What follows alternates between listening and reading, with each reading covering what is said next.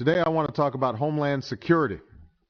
The recent terror attacks in India and the alleged plots uncovered in Miami and Canada remind us that we are still at risk of a terrorist attack.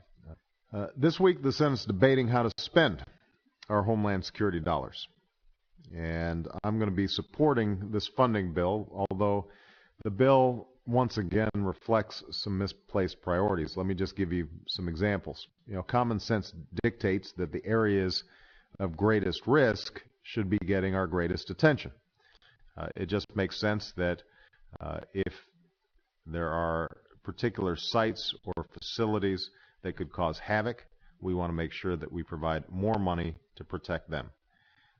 Unfortunately, the Senate will likely vote down legislation I co-sponsored to make Homeland Security funding more risk-based.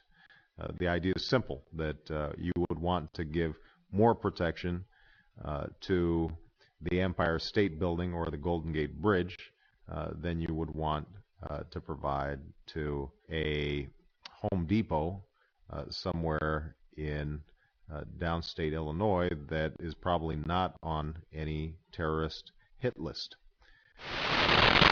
Unfortunately, what we're seeing is that Congress is more focused on political handouts than strategic funding. The decisions that have been made so far by the Department of Homeland Security drastically reduce funding to cities such as New York and Washington. At the same time, places like Omaha and Louisville saw significant increases in funding.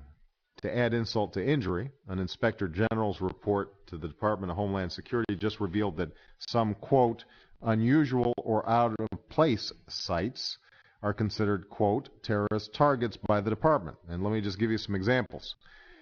Among the so-called terrorist targets are the Amish Country Popcorn Factory, the Old McDonald's Petting Zoo, the Mule Day Parade in Columbia, Tennessee, and the Apple and Pork Festival in Clinton, Illinois. Now, these are all wonderful events, and obviously we want to be vigilant in terms of protecting any area where there might be a potential crowd. But I don't think that any of us can honestly say that a popcorn factory or a Mule Day Parade is somehow going to be at the top of Al-Qaeda's lists. We've got to make the system more risk-based. We've got to make it more transparent. We've got to make it more consistent. And if we can do that, then we can keep Americans safe. We also, by the way, need to increase funding for first responders, firefighters, police officers. Over the last 4 years, first responder grants have been cut 59%, from $2.3 billion to $941 million this year.